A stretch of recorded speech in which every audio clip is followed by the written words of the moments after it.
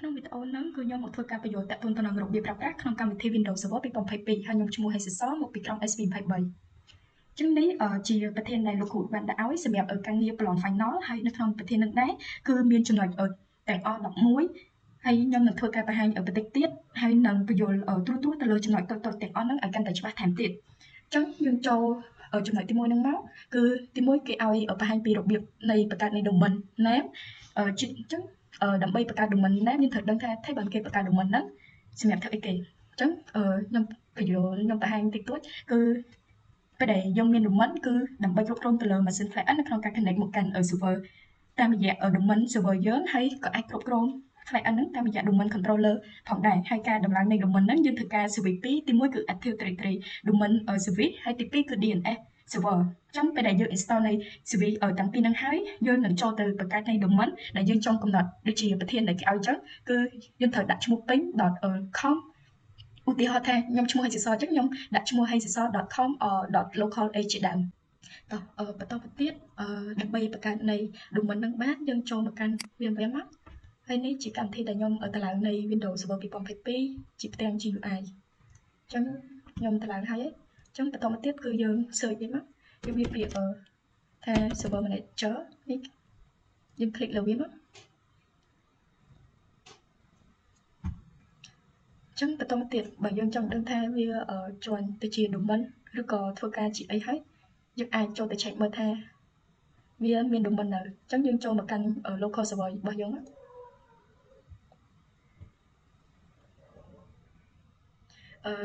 នេះWindows Server យើងគឺវាធ្វើការជា workgroup វាអត់ទាន់ខ្លាយជា domain ទេចឹងដើម្បីឲ្យវាខ្លាយជា domain បានយើងចូលមកកាន់ dashboard មកបន្តមកទៀតគឺយើងចូលកន្លែង add row and feature ចឹងកន្លែងនេះវា load មកវា before your begin ចឹងយើងចុច next ទៀតមកហើយកន្លែងនេះ default វាយើងយកចឹងមកហើយបន្តមកចុច next ហើយកន្លែងនេះឈ្មោះ machine របស់យើងហើយយើងចុច next ចឹងមុនហ្នឹងខ្ញុំក៏បានបញ្យល់ថាដើម្បីបង្កើត domain បានគេត្រូវការ service មែនចឹងទី1គេត្រូវការនេះ active directory domain service ហើយនឹងទី2គឺ DNS server ចឹងខ្ញុំ click ទៅលើ active directory ហ្នឹងមកតមកកន្លែងនេះគឺគេសួរថាយើងចង់ add feature បន្ថែមទៅទៀតអត់បើយើងអត់ទេយើងបាច់ add ទេតែខ្ញុំចង់ add ថែមគឺខ្ញុំចុចពី add feature មកនេះវានឹង tick អីបន្តមកទៀតយើងត្រូវ install service មួយទៀតគឺ DNS server ចឹងខ្ញុំ click លើវាមកហើយវាសួរទៀតដូចមិនដែរចឹងខ្ញុំយកពី add feature ហើយយើង continue មកនេះservice ពីរហ្នឹងគឺយើងបានតម្លើងវាចឹងបន្តមកខ្ញុំចុច next ចឹងកន្លែងនេះបើយើងចង់ add បន្ថែម feature ទៀតក៏បានដែរខ្ញុំអត់ទាន់ត្រូវការទេខ្ញុំចុច next តមក next ទៀតមកចុច next ទៅតមកនេះវាលោតពី install យើងចុច install វាមកចឹងយើងរងចាំវា install service មិញឲ្យចប់សិនណាចឹងនេះពេលដែលយើង install បានហើយវានឹងលោតពេញប៉ុណ្ណឹងហើយយើងអាចចុច close វាមកបន្ទាប់ពីយើងតម្លើង service ទាំងពីរហ្នឹងហើយវានឹងស្គាល់វានឹង load សញ្ញាពណ៌លឿងហ្នឹងដែលនៅចិត្តផ្នែក server manager ចឹងយើងចុចលើវាហ្នឹងមកបន្ទាប់មកនេះយើង click ទៅលើ promote this server to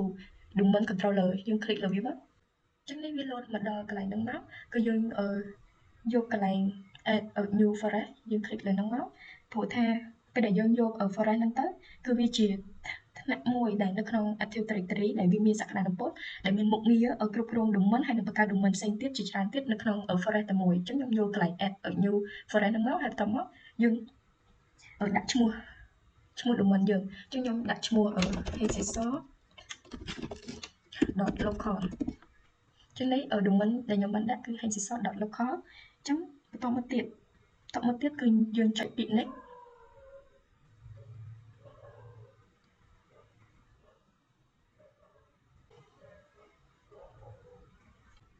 បន្តមកទៀតចូលកន្លែង domain controller នៃ option ហ្នឹងកន្លែងនេះគឺយើងមិនដូចទេហើយកន្លែង password នេះយើងចង់ដាក់មិនក៏បានដែរឲ្យតែចំណាំ password របស់យើងខ្ញុំបានដាក់ note ហើយខ្ញុំដាក់ add admin អញ្ចឹងកុំឲ្យខុសខ្ញុំ copy មកអាចវាក៏បានដែរពេលដែលយើងដាក់នឹងហើយយើងចុចពី next ឬក៏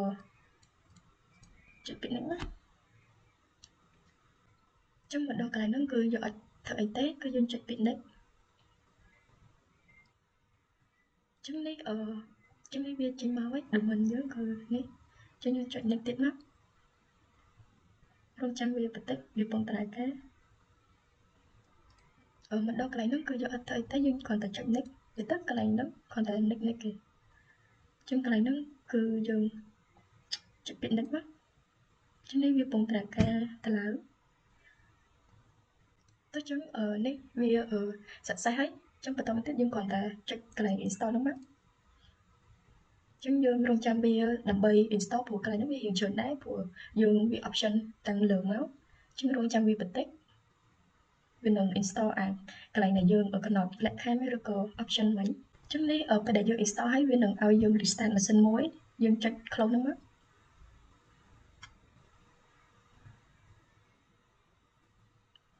តមកទៀតវានឹង restart ដែលយើងទៅឡើង Windows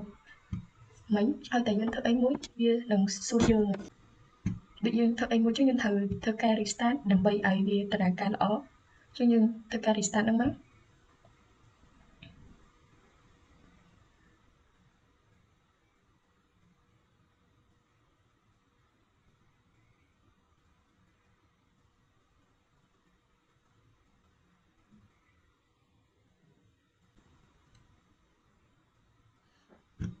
ចឹងនេះយើង restart មួយហើយយើងអាចចុច key fresh តាមហ្នឹងក៏បានតែខ្ញុំចុចកន្លែងនេះមកដក block ចឹងនេះពេលដែលយើងជា domain វានឹងចេញមកឈ្មោះថា Hensasor administrator ចឹងកន្លែង password មិនដែលយើងធ្វើមិញខ្ញុំដាក់មក add admin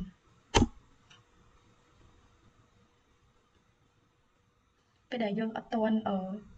ធ្វើការ join domain គឺវា load ជា administrator ធ្វើការជា workgroup តែមិញយើងធ្វើការបង្កើតជា domain វានឹងចេញឈ្មោះ domain យើងហើយ slash ជាមួយនឹង administrator ជាងកន្លែងនេះយើងរងចាំវាបន្តិចទៅឲ្យវាដំណើរការល្អពិសេសតែម៉ាស៊ីនយើងវារៀង slow តិចទេតោះចឹងពេលដែលវា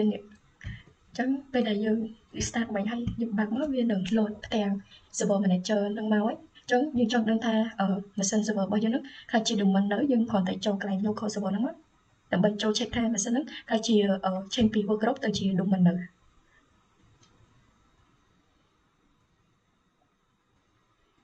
ើនេះយើងបង្កើត domain បានហើយដែលមានឈ្មោះថា hensasor.local តទៅទៀតមុននេះយើងត្រូវ set IP static របស់វាដោយសារតែម៉ាស៊ីនហ្នឹងគឺវាអត់ទាន់ជាប់ IP static ទេបើវាអត់ជាប់អញ្ចឹងយើងចូលទៅកំណត់កន្លែង IP static កុំឲ្យ IP របស់យើងហ្នឹងគឺធ្វើការប្រែប្រួលហើយយើង join domain ហ្នឹងគឺវាអត់ចូលទេអញ្ចឹងយើងចុចកន្លែង internet ហ្នឹងមក IPv4 គ្រាន់តែ click លើហ្នឹងមកដើម្បីចូលទៅកំណត់IP static រងចាំវាបន្តិចអញ្ចឹងមកដល់នេះផ្ទាំងអ៊ីនធឺណិតអញ្ចឹងយើងគ្រាន់តែ click លើវាហើយមកស្ដាប់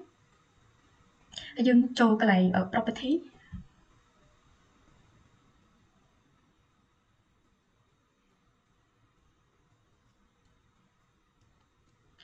បន្តមកទៀតគឺយើងចូលកន្លែង TCP IPv4 ចូលកន្លែងគ្រប់គ្រងអ៊ីនធឺណិតយើងក៏ click លើហ្នឹងមកហើយបន្តមកយើងគ្រាន់ click ក៏បានយើងគ្រាន់ OK រងចាំវាបន្តិច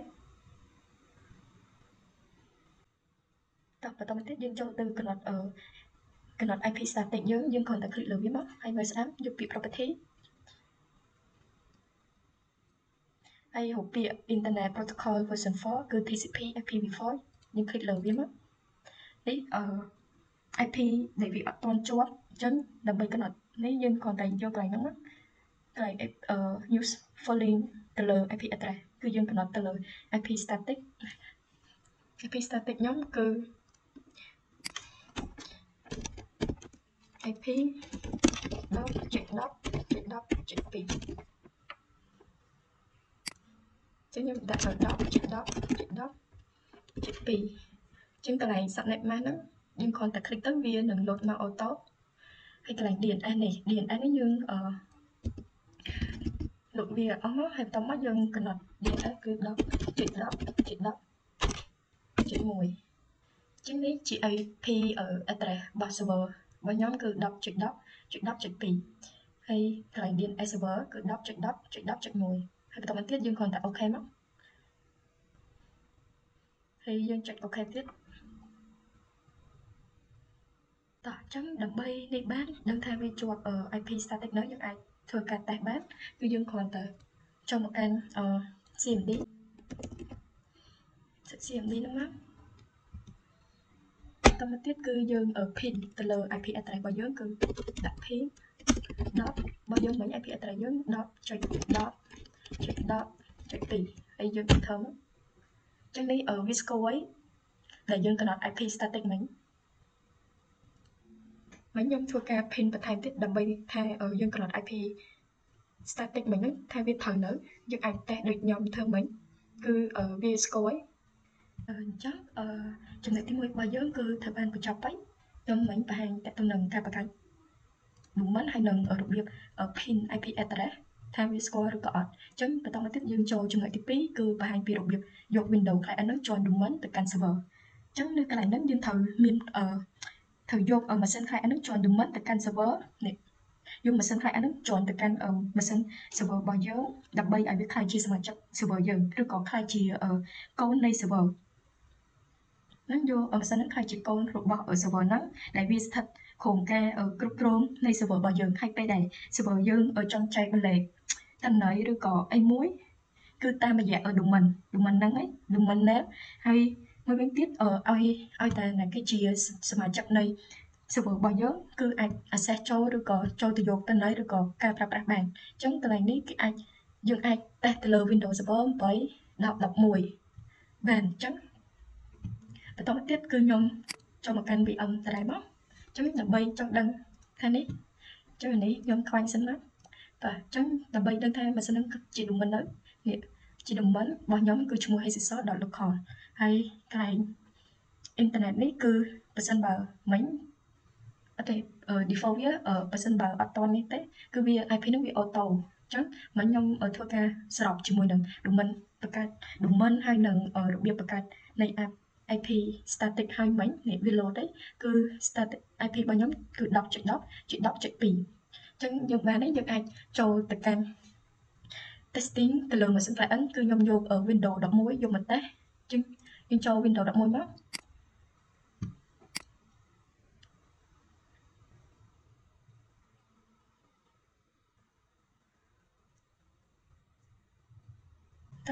នេះជាម៉ាស៊ីន client សម្រាប់តេស្តអញ្ចឹងមុនយើង join domain បានថាតើម៉ាស៊ីន client ហ្នឹងវា join domain ហើយឬនៅហើយបើយើងចូលទៅយើងអាចចូលទៅ check មើលថាវា join ឬក៏អត់យើងគ្រាន់តែវាពី CMD មកសិនខ្ញុំរៀង slow តិចអញ្ចឹងរងចាំបន្តិច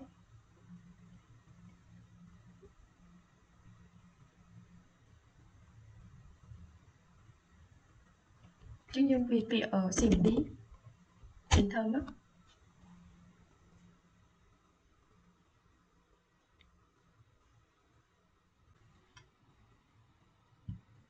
អញ្ចឹងបន្តមកទៀតគឺវា IP config/r IP config ដកលេខ1ហើយយើងដាក់ /r មកហើយយើង enter បន្តមកទៀតគឺយើងមកមើលកន្លែង Windows IP configuration ហើយបន្តមកទៀតយើងមើលកន្លែង primary DNS suffix អញ្ចឹងម៉ាស៊ីន client មួយហ្នឹងគឺអត់ទាន់ join domain ទេបើសិនបើម៉ាស៊ីននឹងវា join វានឹង load ឈ្មោះ domain យើងឈ្មោះថា hsisol.local ហើយអញ្ចឹងបើម៉ាស៊ីនមួយហ្នឹងវាអត់ទាន់ join domain ទេអញ្ចឹងមុននឹង join domain ថាតើម៉ាស៊ីនមួយហ្នឹងវាស្គាល់មួយ domain យើងនៅយើងអាច pin លេខ IP របស់ server បានIP server យើងគឺ 10.10.10.2 អញ្ចឹងយើង pin មកយើងវាពាក្យ pin ទៅកាន់ IP របស់ server គឺ 10.10.10.2 ហើយបន្ទាប់មកយើងដាក់ដកឃ្លាតេដកអក្សរតេបានន័យថាឲ្យវា pin ជាប់ហើយបន្ទាប់មកយើង enter អញ្ចឹងនេះវាបង reset មកគឺ request timeout បានន័យថាយើង pin វាអត់ទាន់ស្គាល់ទេអញ្ចឹងម៉ាស៊ីន client មួយហ្នឹងនិងម៉ាស៊ីន server របស់យើងហ្នឹងគឺវាអត់ស្គាល់អញ្ចឹងយើង join domain ហ្នឹងគឺអត់ចូលទេអញ្ចឹងមូលហេតុគឺម៉ាស៊ីនមូលហេតុគឺដោយសារតែម៉ាស៊ីននេះម៉ាស៊ីន server របស់យើងហ្នឹងគឺយើងកំណត់ជា static ហើយចំណែកឯម៉ាស៊ីន client នេះវិញគឺវាអត់ទាន់ជាប់នៃ IP static ទេអញ្ចឹងយើងដើម្បីនេះបានយើងចូលទៅកំណត់ IP static ឲ្យវាដែលវាត្រូវស្ថិតនៅក្នុង range ជាមួយគ្នាអញ្ចឹងយើងចូលទៅតេស្តមកយើងគ្រាន់ដាក់ Windows R សិនខ្ញុំរៀង slow តិចឯងចូល Windows អស់ហើយបន្ទាប់មកយើងវាយពាក្យncpa.cpl ហើយយើងអូខេក៏បាន enter ក៏បាន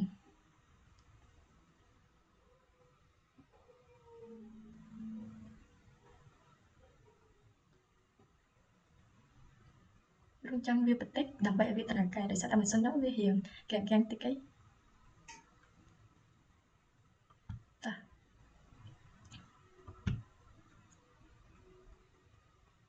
បន្តមកទៀតនេះវាចេញមកហើយគ្រប់គ្រងអ៊ីនធឺណិតគឺយើងคลิกលើវាមកហើយយើងមើលស្ដាំយកពាក្យ property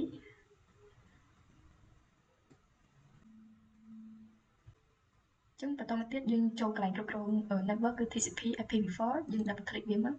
ចឹងនេះម៉ាស៊ីន client យើងគឺ IP របស់យើងគឺ auto IP របស់យើងគឺវា auto ចឹងកុំឲ្យវាauto យើងត្រូវយកកន្លែងទី2ហ្នឹងមកគឺយើងកំណត់ IP static វាកុំឲ្យវា IP ហ្នឹងវាប្រែប្រួលចឹងខ្ញុំដាក់10.10.10កតុយហ្នឹងក្បែររ៉ែហ្នឹងវាដូចទៅនឹងដូចគ្នាប៉ុន្តែគ្រាន់តែខុសតែកតុយserver របស់ខ្ញុំគឺកតុយហ្នឹងកតុយ2ចឹង client ខ្ញុំដាក់1ហើយកន្លែង DNS នេះដែរគឺ DNS របស់ server ហើយកន្លែង subnet mask យើងគ្រាន់តែ double click មកវានឹង load មកហើយចឹងកន្លែង DNS នេះយើងត្រូវតែដាក់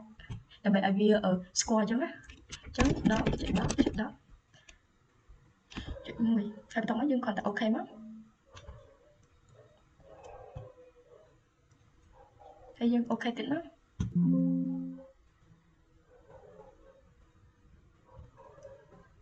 តោះបន្តមកទៀតនេះពេលដែលយើងធ្វើការកំណត់ IP static ឲ្យម៉ាស៊ីន client មួយនឹងហើយវានឹងស្គាល់វានឹងបោះ message មកនេះ reply from IP ហ្នឹងហើយby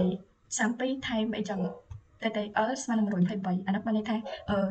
IP ដែលយើងកំណត់ហើយយើង pin ទៅកាន់ IP របស់ server ហ្នឹងគឺវា load មកគឺស្គាល់ IP រវាងclient ហើយនឹង server ដែលយើង testing មុននឹងធ្វើការ join domain អញ្ចឹងពេលដែលយើង join domain ទៅកាន់ server យើងត្រូវដឹងព័ត៌មានអីគេខ្លះទី1ដាក់ note មួយមកដើម្បីងាយស្រួលទី1ដើម្បី join សិន client ទៅកាន់ domain ទៅកាន់ server របស់យើងបានទី1គឺយើងត្រូវយើងត្រូវដឹងតទៅនឹង IP address របស់ server របស់ខ្ញុំគឺ 10.10.10.2 ទី2គឺយើងត្រូវដឹងតទៅនឹង domain server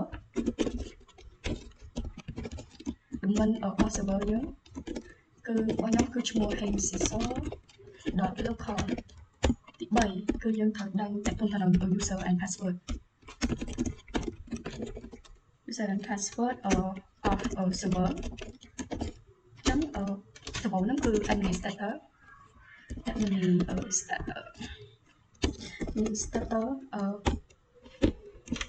ហើយ password គឺ admin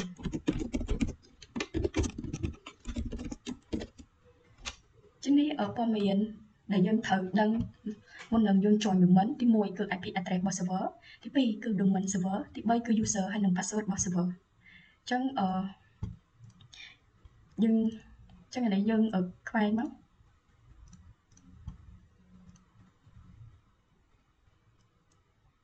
ជាយើងខ្វែងអស់សិនណាចឹងបន្តមកទៀតពេលដែលយើងប្រមូលព័ត៌មាននឹងបានហើយគឺយើងចូលទៅកាន់ម៉ាស៊ីន client នេះហើយយើងធ្វើការ join ទៅកាន់ server យើងចឹងដើម្បី join domain នឹងបានយើងចូលមកកាន់កន្លែង Windows Explorer បន្តមកទៀតគឺយើងរកពាក្យ this PC យើងគ្រាន់តែ click លើហ្នឹងមកហើយយើងមើលស្ដាំហើយរកពាក្យ property ហើយយើង click ហ្នឹងមក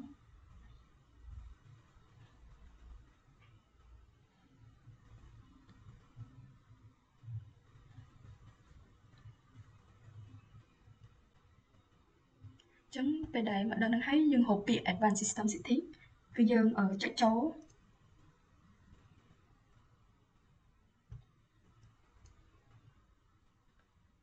ចឹងនេះវា load ចូលហើយយើងរកកន្លែងពាក្យ computer name យើង click កន្លែង computer name ហ្នឹងមកហើយរកពាក្យ change យើង click តមកទៀតកន្លែងហ្នឹងគឺជាផ្ទាំងដែលយើងផ្លាស់ប្ដូរពីម៉ាស៊ីន client ដែលធ្វើការជា work group ហ្នឹងឲ្យទៅជា domain វិញចឹងយើងចុចទៅលើ domain ហ្នឹងមកហើយបន្ទាប់មកគឺយើងដាក់ឈ្មោះ domain យើងចូលចឹងខ្ញុំ note មិញនេះ domain server របស់យើងឈ្មោះ hesiso.local ចឹងដើម្បីឲ្យកុំឲ្យយើងអាច copy បាន ហើយយើងផាសវាចូលមកចឹងពេលដែលយើងដាក់ IP ដាក់domain របស់server ហ្នឹងត្រូវហើយយើងចុច OK ទៅបើវាអត់ load បញ្ហាទេបានន័យថាយើងបញ្ចូលឲ្យវា load user ហើយនិង password បានន័យថាយើង config ហ្នឹងគឺវាត្រឹមត្រូវហើយចឹងយើងចុចកន្លែង OK មកចឹងនេះវា load មកហើយអាហ្នឹងបើសិនបើយើងបញ្ចូលត្រឹមត្រូវអស់វានឹង load មកឲ្យយើងបញ្ចូល user ហើយនិង password ចឹងកន្លែង user នេះគឺ user and password គឺ administrator ហើយ password គឺ admin ចឹងយើងវាយមក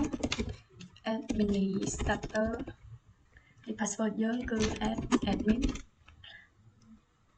ចឹងនេះត្រឹមត្រូវហើយបន្ទាប់មកយើងគ្រាន់តែ OK ទៅរងចាំវាបន្តិចចឹងនេះវាមក message មកវាដាក់ welcome to the hensisol.local domain ចឹងបានន័យថាម៉ាស៊ីនclient នេះមុនដំបូងវាធ្វើការជា web pro ចឹងពេលដែលយើង join ទៅជា domain របស់ server ហើយវានឹងខ្លាយជាសមាជិករបស់ domain នៃ server របស់យើងហើយឬក៏ជាម៉ាស៊ីនកូនដែលគ្រប់គ្រងដោយ server របស់យើងចឹងយើងគ្រាន់តែ OK មកហើយ OK ទៀតមកអានេះយើងខ្វែងហើយកន្លែងនេះយើងអាច restart now ឬក៏យើងអាច restart later ឲ្យតែយើងធ្វើអីមួយវាត្រូវការឲ្យយើង restart អញ្ចឹងខ្ញុំ restart មួយមកអញ្ចឹងនេះវា restart ទេ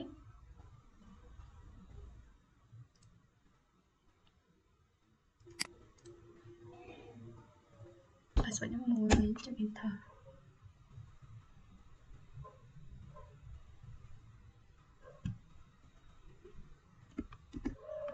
តោះអញ្ចឹងយើង restart មិញគឺយើងអាចធ្វើការតេស្តបានថាម៉ាស៊ីនហ្នឹងខ្លះជាសមាជិករបស់ domain នៅយើងអាចចុចមកកាន់ CMD មកវាពាក្យ CMD enter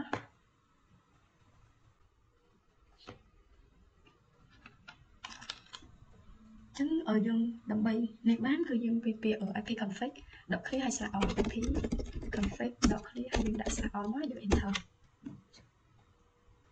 អានេះជា comment ដែលយើងចង់ដឹងថាម៉ាស៊ីនហ្នឹងវាខ្លះជាសមាជិករបស់ domain នៅយើងមើលនេះកន្លែង primary DNS suffix នេះមុនដំបូងគឺពេលដែលខ្ញុំធ្វើការតេស្តជាដំបូងហ្នឹងគឺកន្លែងហ្នឹងវាអត់ទាន់ join ខ្លះជាសមាជិករបស់ domain ទេរបស់ server របស់យើងទេហើយពេលដែលយើងធ្វើមិញវា load ឈ្មោះថា hensisol.local អញ្ចឹងបានន័យថាម៉ាស៊ីន client ហ្នឹងគឺបានធ្វើការជាសមាជិករបស់ server របស់យើងហើយអញ្ចឹងចំណុចហ្នឹងដែរគឺចប់ចំណុចទី2បន្តមកទៀតគឺយើងធ្វើការបន្តទៀតគឺទី3តកតងទៅនឹងការ create folder OU អញ្ចឹងការបង្កើត OU ហ្នឹងគឺសំដៅទៅលើការបង្កើត folder ដែលប្រើប្រាស់ទៅលើ object ដែលគ្រប់គ្រងទៅលើ user ឬក៏ group ហើយវាបានបន្តទៅតាមលំដាប់ហើយមុននឹងចូលទៅបង្កើត OU នឹងបានយើងចូលកន្លែងតែមក server manager កន្លែង server manager ហ្នឹងគឺយើងហៅពាក្យ tool ហើយបន្តមកយើងហៅពាក្យ directory user ឬក៏ counter កន្លែងហ្នឹងគឺជា OU ដែលវាបង្កើតទៅលើ user ហើយ group ជាយើង double click លើវាណា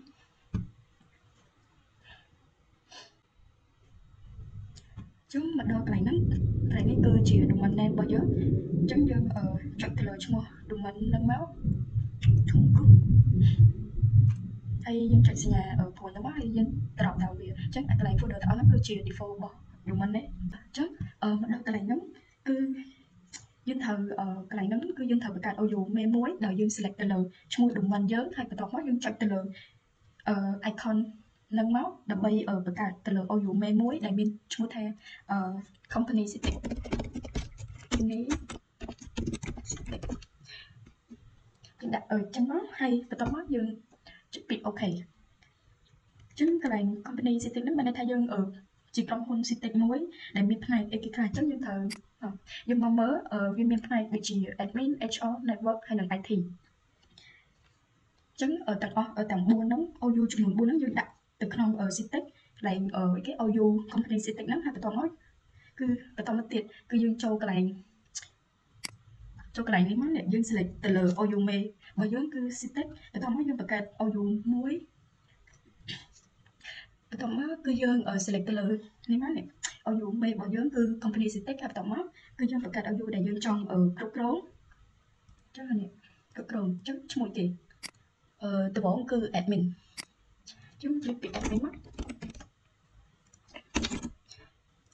ហើយយើងអូខេចឹងមួយទៀតយើងបង្កើតចឹងទៀតមក nhưng trong ở các kênh từ lợi cái nhưng cả trong đó admin hỏi HR thì ok mất chứ nhưng cho l OU mẹ bao giờ nó mất hay nhưng tất cả ta tiết ta bị HR cứ network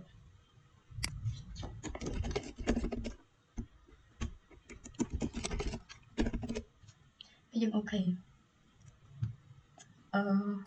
ta tiết cứ đại thí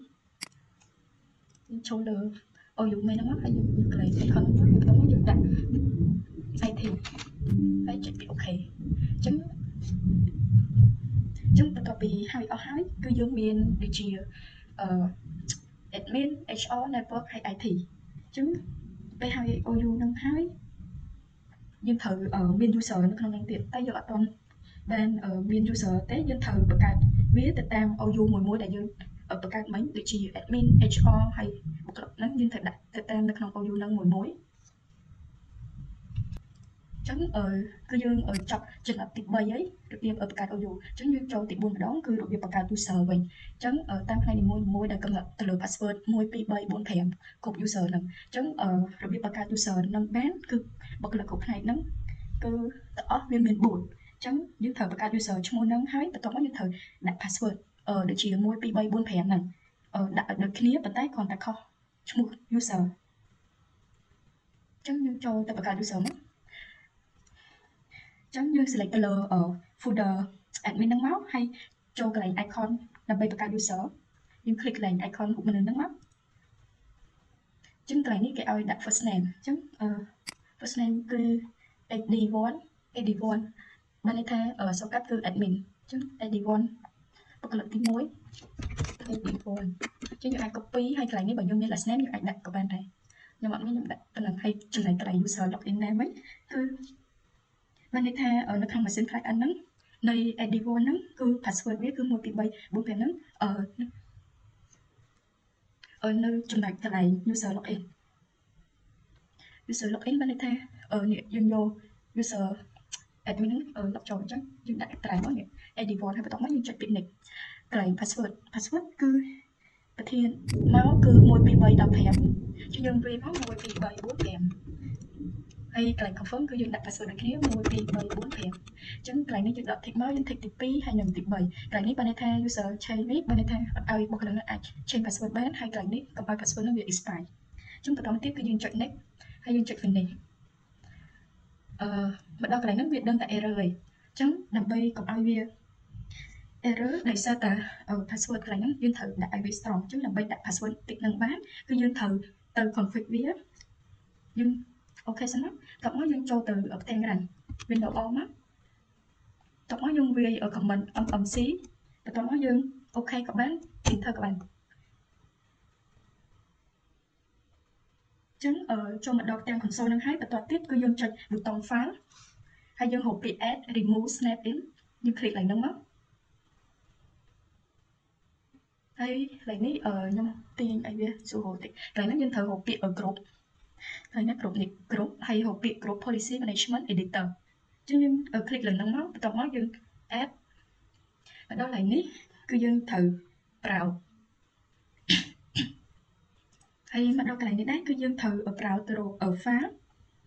tổng máu cái này dương thử vô ở default domain policy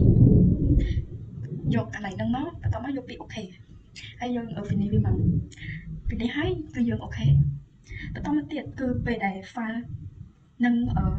file nâng dương chọn này sẽ nhà phù nâng mắt drop down biểu hay tao mắt dương hộp bị auditor configuration sẽ nhà phù nâng dương drop với mắt hay claim policy dương drop trong đá mắt tao mới tiết cứ dương hộp bị ở Windows setting dương ở drop down chứ luôn trong việc ai nhất định chúng ta lấy những tin ở hiện số mơ tích ở bên đại dương drop lại Windows setting hay dương thử hộp bị security setting chứ dương drop lại nâng mắt và tao mới tiết cứ dương thử hộp bị account policy drop hay mà đâu cái này nóng này hề cái này dương change password vào đấy anh đặt trường hướng tích cái đây trường cái đây là nóng cho từ là nè password policy បន្ទាប់មកយើងត្រូវហៅពាក្យpassword មួយស្មីតcomplete city requirement គឺនេះ password មួយហ្នឹងបើវា enable អញ្ចឹងយើង double click លើវាមក default វាគឺ enable អញ្ចឹងយើងត្រូវដាក់ disable វិញបន្ទាប់មកយើង OK មកទី2យើងត្រូវ config ទៅលើកន្លែងនេះ character 7ដោយសារតែ password គឺកំណត់ដោយចំនួនអក្សរហ្នឹង7តួអញ្ចឹងយើង click លើវាមកតទៅទៀតកន្លែងហ្នឹងយើងលុបចេញទៅអស់គាត់ដាក់លេខ0ហើយកន្លែងហ្នឹងបានន័យថាបើយើងចង់កំណត់ចំនួនអក្សរបានក៏បានដែរតែខ្ញុំចង់ឲ្យវាដាក់ចំនួនបន្តិចចឹងខ្ញុំធ្វើលេខ0ហ្នឹងទៅហើយតោះមកយើងគ្រាន់តែចុច OK ចឹងនេះដំបូងយើងត្រូវ config ទៅលើនេះកន្លែងនេះ default វា enable យើងដាក់ disable វិញមកហើយកន្លែង character នេះ default វាគឺ7 character អញ្ចឹងយើងឆេះវាលុបក៏បានឬក៏យើងដាក់0អញ្ចឹងហ្មងទៅតោះមកយើង config បានហើយយើងខ្វាយមួយមកតោះមកយើង save ហើយកន្លែងហ្នឹងគឺខ្ញុំដាក់ទៅលើ desktop ដើម្បីងាយស្រួលពេលណាខ្ញុំចង់កែទៅវាលោតមកដល់ផ្ទាំងហ្នឹងហ្មងអញ្ចឹងខ្ញុំដាក់លើ desktop ហើយយើងយក pixel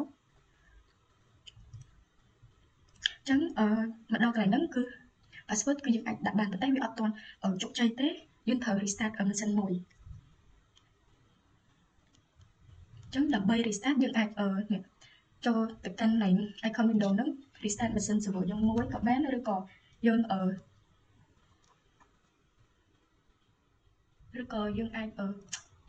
តាមរយៈ comment ក៏បានដែរអញ្ចឹងពេលដែលយើង config ហើយយើងត្រូវ restart ម៉ាស៊ីនមួយដើម្បីឲ្យវាដំណើរការបានអញ្ចឹងដើម្បីជៀសវាងកុំឲ្យវាមានបញ្ហាអីយើងត្រូវ restart server នឹងមួយឬក៏យើងអាចធ្វើតាមរយៈ cmd អញ្ចឹងយើងចូល cmd មកហើយយើងវាយ comment ថា gp update ហើយតោះមកយើងដក clear មួយមកយើងដាក់ /force កន្លែងហ្នឹងបានន័យថាវានឹង update ទៅលើ group policy ដែលយើង update មិញហើយយើង enter មកអញ្ចឹងកន្លែងហ្នឹងគឺវា update ទៅលើ policy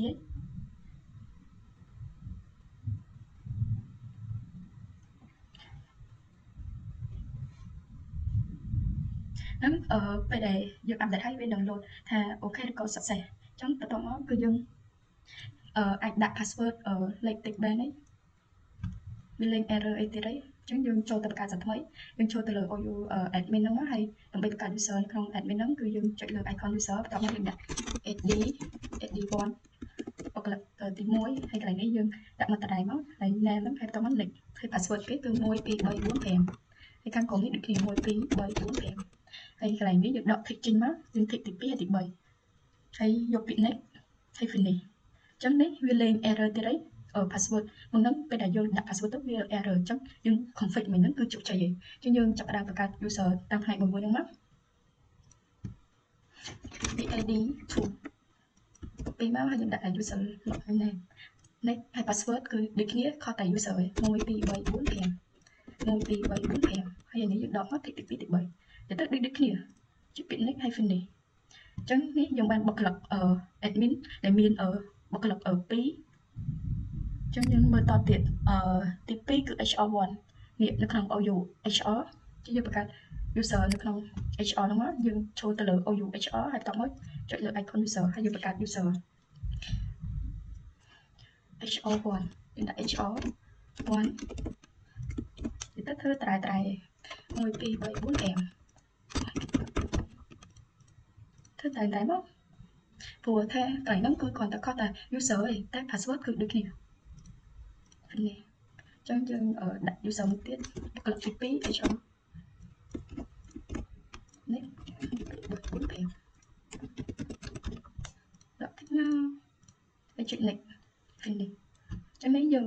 ចប់ផ្នែក HR ហើយបន្តទៀតគឺយើងបង្កើត user នៅក្នុងនេះ network ម្ដងគឺ net1 net2 តែនៅក្នុង network ហ្នឹងមាន2បុគ្គលិកហើយមានផ្នែកបុគ្គលិកចឹងយើងធ្វើដូចមិនដែរមកយើងដាក់ net1 ទៅវាដូចគ្នាទេតែយើងចេះត្បូងហើយបន្តទៀតយើងស៊ូមអញ្ចឹង password អីដូចគ្នាចុច next បន្តមក finish ចឹងធ្វើចឹងទៀតណាគេដូរដាក់ net 2វិញណាបុគ្គលិកទី2ហើយ1 2 3 4 5នេះកន្លែងហ្នឹងគឺយើង finish មក យើងចុចផ្នែក network អញ្ចឹងយើងចូលផ្នែក IT ម្ដងដែលសង្កត់គឺ IT ដែរដែលមានបុគ្គលិក2ទី1 IT1 IT2 អញ្ចឹងយើងចូលទៅបង្កើតមកអញ្ចឹងយើងចូលលើ OU IT ហើយយើងចុចលើ icon IT1 យើងផាសមកលេខ1 2 3 4 5 1 2 3 4 5ហើយយើងចុច finish មក IT ទី2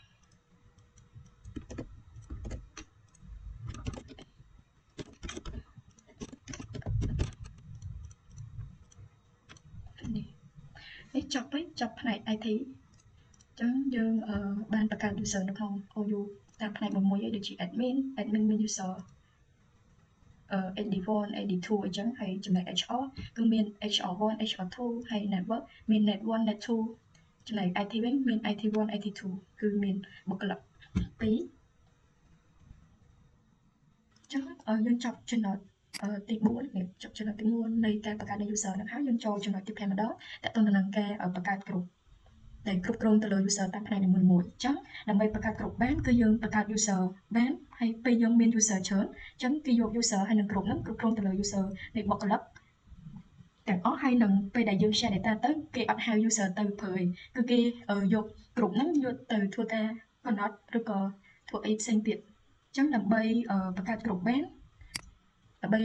នគឺយើងហាមដាច់ខាត់គឺអត់បង្កើតនៅក្នុង OU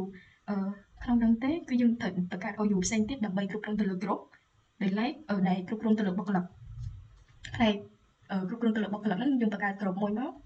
តែនឹងមួយមកហើយបន្ទាប់មកដើម្បីបង្កើតបានគឺយើង select ទៅលើនេះ OU company setting ហ្នឹងមកហើយបន្ទាប់មកគឺយើងហៅពាក្យក្រុមដែលមានរូប icon យើង select ទៅលើ OU company setting ហ្នឹងហើយយើងហៅពាក្យដើម្បីបង្កើតក្រុមហ្នឹងបានគឺយើងចូលទៅកាន់កន្លែង icon រូបមនុស្ស2នាក់ហើយយើង click មក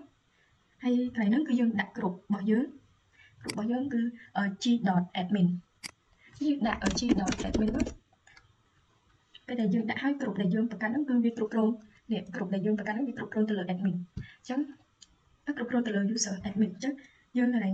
នេះគឺ default វាគឺយើងអត់ត្រូវការឆែកអីទេគឺយើងយក default អញ្ចឹងមកហើយបន្តមកយើងអូខេអញ្ចឹងបន្តមកទៀតយើងចប់ចំណុចទី4ចូលចំណុចនេះចប់ចំណុចទី4តើតើទៅនឹងការបង្កើត user នឹងហើយគឺយើងចូលចំណុចទី5ម្ដងតើតើនឹងការបង្កើតក្រុមដែលគ្រប់គ្រងទៅលើ user អញ្ចឹងដើម្បីបង្កើតក្រុមបានគឺយើងបង្កើត user បាននឹងហើយយើងត្រូវមាន user ជាច្រើនអញ្ចឹងគេយកក្រុមនេះគេយកក្រុមហ្នឹងទៅលើ user នៃបុគ្គលិកទាំងអស់ហើយនៅពេលដែលយើង share data គេអត់ហៅ user ទៅប្រើទេគឺគេហៅក្រុមទៅធ្វើការកំណត់អញ្ចឹងដើម្បីបង្កើតក្រុមគឺនេះដើម្បីបង្កើតក្រុមបានគឺយើងហាមដាច់ខាត់កុំបង្កើតនៅក្នុង OU នៅក្នុងនឹងអីយើងត្រូវបង្កើតក្រុមមួយផ្សេងទៀតដាក់ដែល like ពីវាគឺ OU គ្រប់គ្រងទៅលើបុគ្គលិកអញ្ចឹងយើង select ទៅលើ OU company setting ហ្នឹងមកហើយបន្ទាប់មកយើងបង្កើត OU មួយទៀតដែលគ្រប់គ្រងដាក់ថា manager គ្រប់គ្រងទៅលើយើងដាក់ចឹងណាហើយអូខេនេះយើងបាន OU ដែលគ្រប់គ្រងទៅលើ user ហ្នឹងហើយអញ្ចឹងយើងចូលទៅ select ទៅលើ OU manager ក្រុមហ្នឹងហើយយើងហៅឡើង icon មនុស្ស2នាក់យើង click លើហ្នឹងមកហើយមកដល់កន្លែងហ្នឹងគឺយើងដាក់ក្រុមរបស់យើងគឺក្រុមរបស់យើងគឺ g.admin ជាយើងវិញមក g.admin ជាសូមពេល g.admin ហើយកន្លែងនេះ default វាគឺយកអត់មានកែទេយើងយកតាមហ្នឹងហើយបន្តមកគ្រាន់តែអូខេមកអញ្ចឹងកន្លែងក្រុមហ្នឹងគឺយើងបង្កើតគ្រប់គ្រងទៅលើផ្នែក admin នេះអញ្ចឹងមួយទៀតគឺយើងចូលទៅលើនឹងអន្តរាយមកហើយយើងហូប icon ហ្នឹងយើងដាក់ g.hr g.hr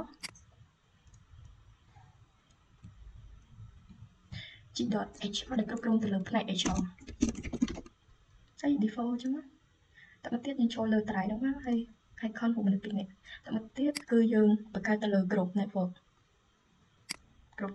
g.network ដែលវាជាអក្សរធំ network ដែលវាគ្រប់គ្រងទៅលើ network កន្លែងនេះយើងអត់ទេយើងគ្រាន់តែចុច OK អញ្ចឹងយើងបង្កើតមួយទៀតមកចុងក្រោយគឺ group IT g.IT ដែលគ្រប់គ្រងទៅលើ IT ហើយអូខេចឹងនេះយើងបង្កើតក្រុមមួយ OU ក្រុមហ្នឹងដែលគ្រប់គ្រងទៅលើនេះផ្នែកមួយឯងផ្នែកនៃ OU ហ្នឹងអញ្ចឹងបន្តមកទៀតគឺយើងអាច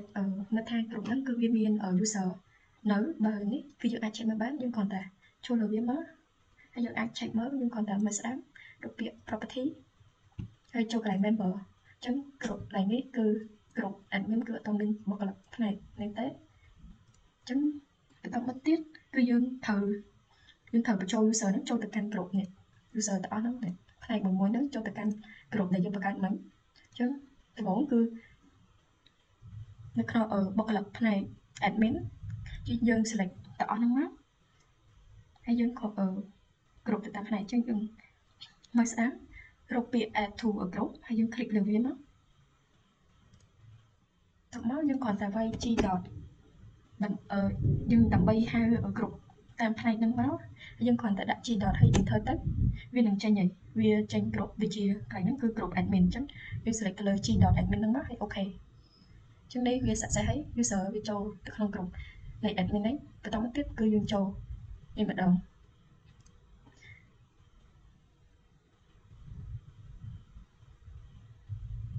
អញ្ចឹងយើងត្រូវយក user HR1 ឬក៏ HR2 ហ្នឹងនេះផ្នែក HR ហ្នឹងយើង add user ហ្នឹងចូលទៅគ្រប់មក G.enter អញ្ចឹងគ្រប់ HR អញ្ចឹងយើង add user ចូលគ្រប់ HR ហ្នឹងវាស័ក្តិសិទ្ធិយើងធ្វើអញ្ចឹងទៀតមក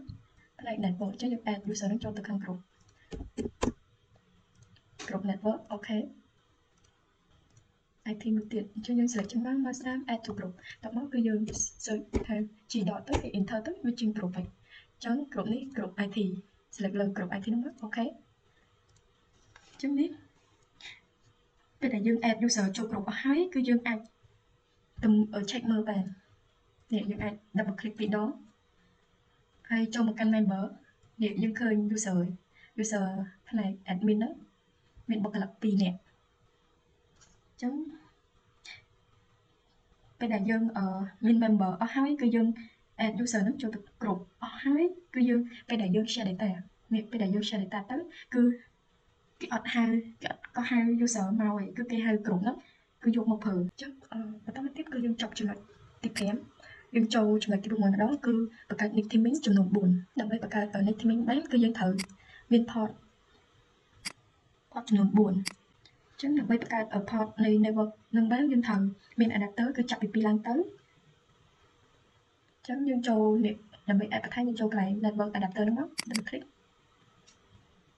ហើយបើខ្ញុំមានតែមួយ port ទេគឺអញ្ចឹងដើម្បី add បន្ថែមទៀត add port បន្ថែមទៀតគឺយើងត្រូវ click ទៅលើវាហើយរកពាក្យ add យើង click លើ add ហ្នឹងមកហើយកន្លែងហ្នឹងគឺ hardware ហ្នឹងបានន័យថាយើងបន្ថែមទៅលើគេយើងបន្ថែមទៅលើ network adapter អញ្ចឹងគាត់ select លើ network adapter ហើយតោះមកយើងយកពាក្យ finish អញ្ចឹងនេះវាចេញ2ហើយបន្តទៀតប្រធានគេឲ្យមែន4អញ្ចឹងយើងបង្កើត adapter 4មកយើងចូលលើ add ដើមតារ៉េបន្តមកយើង add ហើយ add បន្ថែមទៀតនៅ adapter ហើយ finish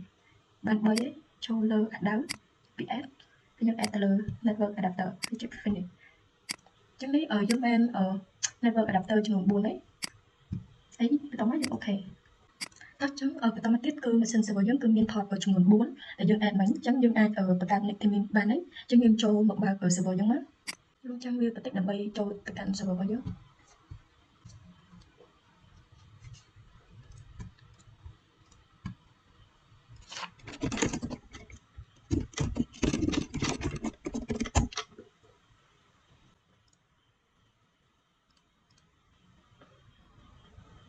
អញ្ចឹងបន្តមកទៀតគឺពេលដែលយើងចូល server យើងហើយគឺយើងចូលមកកាន់ server manager ដែលយើងចូលមកកាន់កន្លែង local server បន្ទាប់មកយើងហៅពាក្យថា nick theming ហើយវាដំណើរការសិនdefault វាគឺ disable ហើយកន្លែងចំណែកកន្លែង internet ហ្នឹងបានន័យថា port network 4គឺ port network ដែលយើង add ថែមមិញគឺវាចេញមក4ហើយអាទី1នេះគឺនេះកន្លែង internet zone ហ្នឹងគឺដោយសារតែយើង set IP ដំបូងមកអញ្ចឹងឥឡូវយើងចូលមើលថាserver ហ្នឹងវាមាន port ប្រហែលយើងគ្រាន់តែចុចទៅលើ internet មួយណាក៏បានដែរអញ្ចឹងនេះnetwork យើងចំនួន4គឺ internet zone 1 2 3 4ទាំងអស់ចំនួន4ហើយយើងអាចមើលថាមួយហ្នឹងវា support បានប៉ុន្មាន G យើងគ្រាន់តែមើលស្ដាំមកហើយរកពាក្យ status តែមកទៀតគឺយើងគ្រាន់តែមើលកន្លែងនេះ speed អញ្ចឹង port គឺវា support បាន 1G អញ្ចឹងទាំងអស់4 port គឺវា support បាន 4G chứយើង close សិនណាតទៅទៀតយើងចូលកន្លែងនេះផ្ទាំង server manager ហើយកន្លែង local server ដើម្បីបង្កើត net theming ហើយយើងមកពាក្យ net theming មកបន្តទៀតគឺយើងចុចចូលកន្លែង visible ចូលទៅបង្កើត net theming click នេះមកតទៅទៀតគឺវាចេញកន្លែងហ្នឹងគឺបានន័យថាយើងបង្កើតនេះបង្កើត server បានមួយហើយចំណែកកន្លែង theme នេះគឺវាអត់ទាន់មាន theme ទេដាក់ធំនោះចំណែកកន្លែង adapter គឺបានន័យថាគ្រប់គ្រងទៅលើកាតនេះគ្រប់គ្រងទៅលើកាតចំនួន4តែមាន4 GB បើយើងបូកសរុបអញ្ចឹងយើងដើម្បីបង្កើតនេះ theme បានយើងត្រូវហៅពាក្យ theme នេះកន្លែងហ្នឹងបន្ទាប់មកយើងហៅចុចទៅលើប៊ូតុង task ចុចមកហើយយើងយកពាក្យ new theme បន្តមកទៀតកន្លែងនេះគឺ theme name បានន័យថាគឺគេឲ្យយើងកំណត់ទៅលើ theme អញ្ចឹងមកប្រធានសិនគឺកន្លែងហ្នឹងនេះគេឲ្យបង្កើតឈ្មោះថា theming for អញ្ចឹងយើងដាក់ theming for មក theming for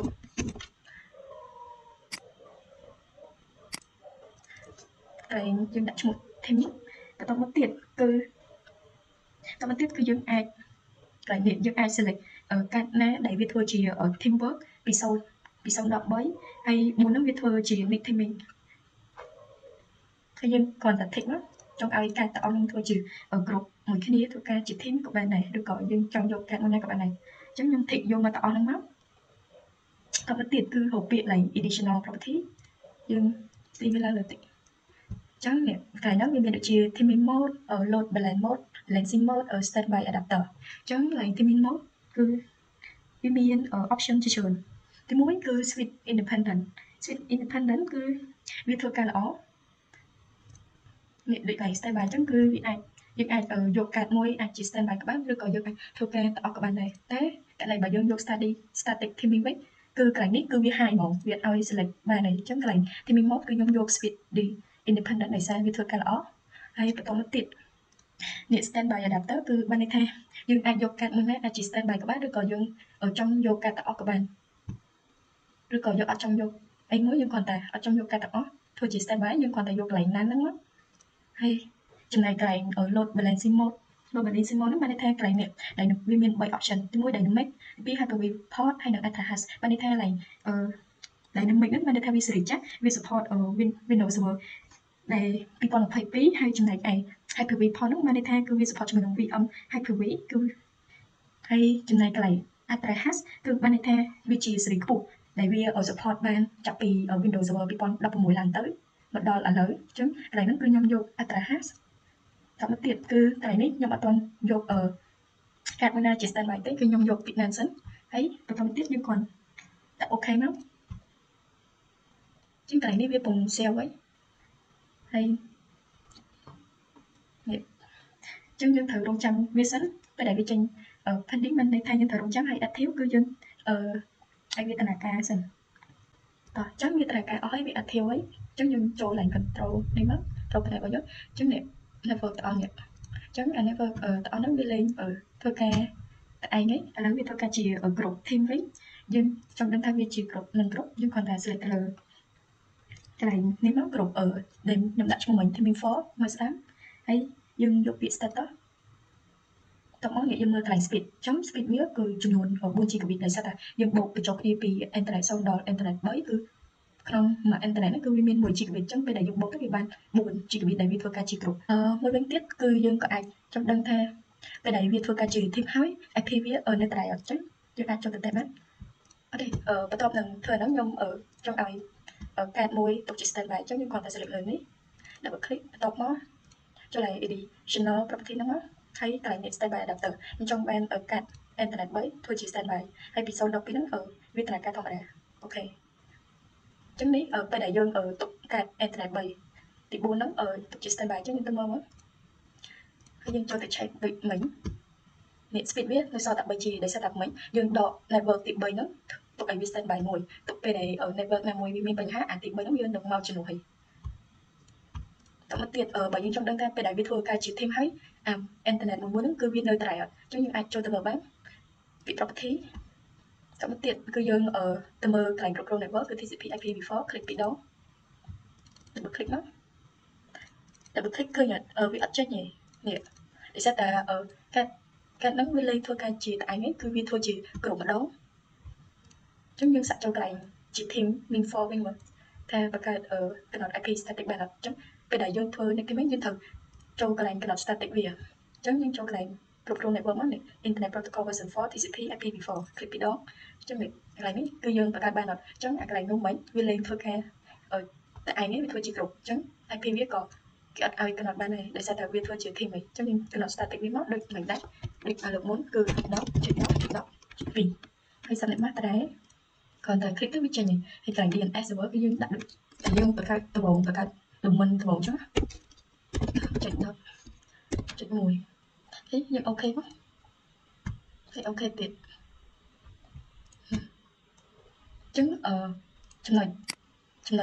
ទី6គឺចប់ហើយចូលចំណុចទី7ម្ដងយើងចូលចំណុចទី7តែទៅនឹងការ share data ទៅឲ្យ user ទៅតាមផ្នែកមួយព្រោះថា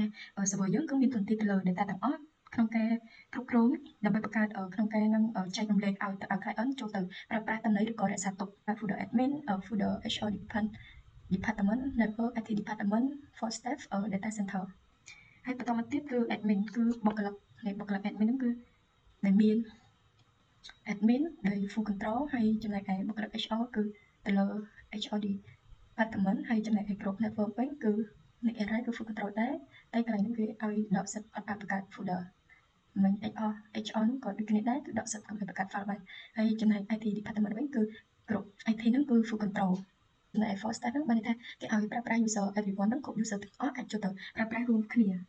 ហើយកន្លែង data center នេះគឺគ្រប់ user ទាំងអស់មិនអនុញ្ញាតឲ្យចូលប្រើប្រាស់ដោយសារតែអាចនឹងមានតំណែងដែលសម្ងាត់ឬក៏អត់ចង់ឲ្យ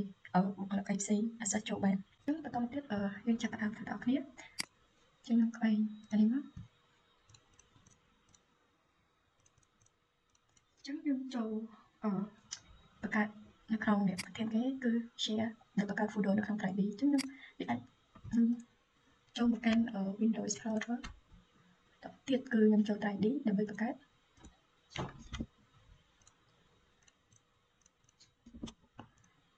ចឹងយើង new folder មកហើយយើងដាក់ឈ្មោះតាមអ្វីដែលគេឲ្យគឺទី1គឺ admin ទី2គឺ HR department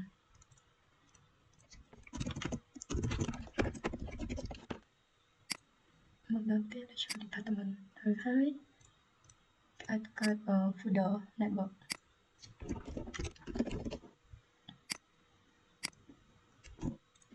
new folder មកទៀតមកបន្តមកទៀតគឺ IT department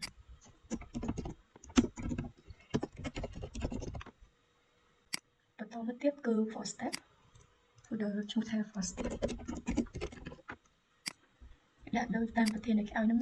បន្តទៀតគឺគេឲ្យបង្កើត data center folder ដែលមានឈ្មោះថា data center ពេលដែលយើងបង្កើត folder ហ្នឹងហើយដើម្បី share data បានគឺចូលមកទាំង server manager របស់យើងមក enter ដើម្បីធ្វើការ share data វាអាច share បែបធម្មតាក៏បានដែរតែគ្រាន់តែវាអត់សូវមាន option ជាច្រើននៅក្នុងការកំណត់ជា permission ជាដើមហើយបើសិនបើយើងចូលមកក្នុងហ្នឹងវាមាន option ជាច្រើនអញ្ចឹងយើងចូលមកកាន់ file and storage service តើមកយើងរកពាក្យ share ចូលឡើង share ហ្នឹងមកអញ្ចឹងកន្លែង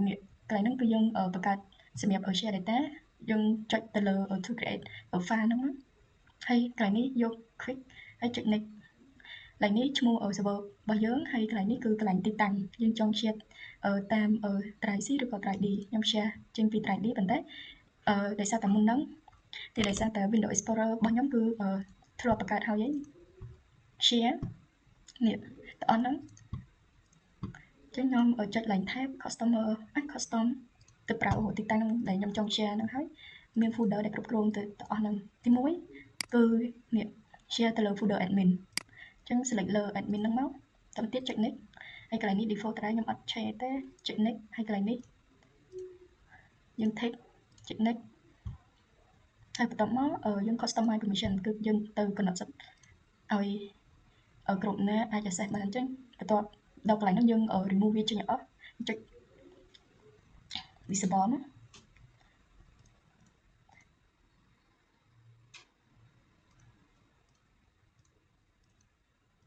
យើង disable អស់អញ្ចឹងបន្ទាប់មកយើង add ហើយ select principal សេចក្ដីគ្រប់គឺ group admin ហើយចុច OK ហើយគេឲ្យកំណត់សិទ្ធិគាត់គឺ full control គឺ read write អាចលុបអាចបង្កើតបាន full control មកហើយកន្លែងនេះយើងគ្រាន់តែចុចមក show advanced permission គឺវាមាន option នេះកំណត់សិទ្ធិជាច្រើនយើងចុចឡើង full control មកអូខេបន្តមកទៀតគឺយើងអូខេមកដល់កន្លែងហ្នឹងគឺយើងចុច next ហើយ create ចឹងនេះយើង create បាន success ហើយក្នុងការ share យើង close ហើយយើងសាក់យក window client សាក់ចូលទៅតេស្ត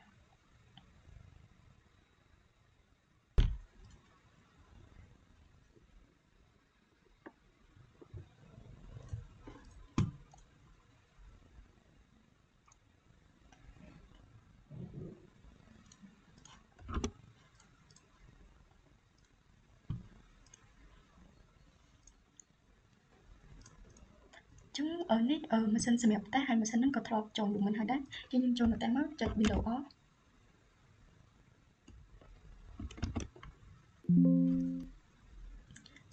តមកយើង pin ទៅកាន់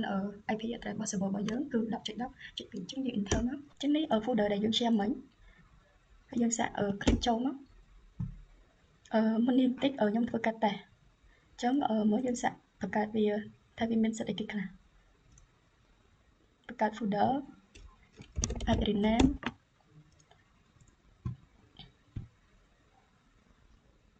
ហើយបង្កើត file ហើយរូបភាពជាដើមចឹងយើងចូលទៅតេស្តមួយទៀតគឺការ share folder ទៅលើ HR department ចឹងយើងចូលមកកាន់កន្លែងប៊ូតុង task យកពាក្យ new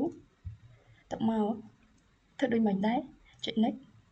ហើយយើងប្រើទៅរកទីតាំងគឺ ID ស្ថិតក្នុង folder share ហើយរកកន្លែងទៅ share ទៅឲ្យក្រុម HR share folder HR department នេះ HR នេះហើយយើង select ហើយបន្តមកយើង create ចុច next ច្រឡំ next ហើយយើង next ទៀតចុច next ហើយយើង custom វាមក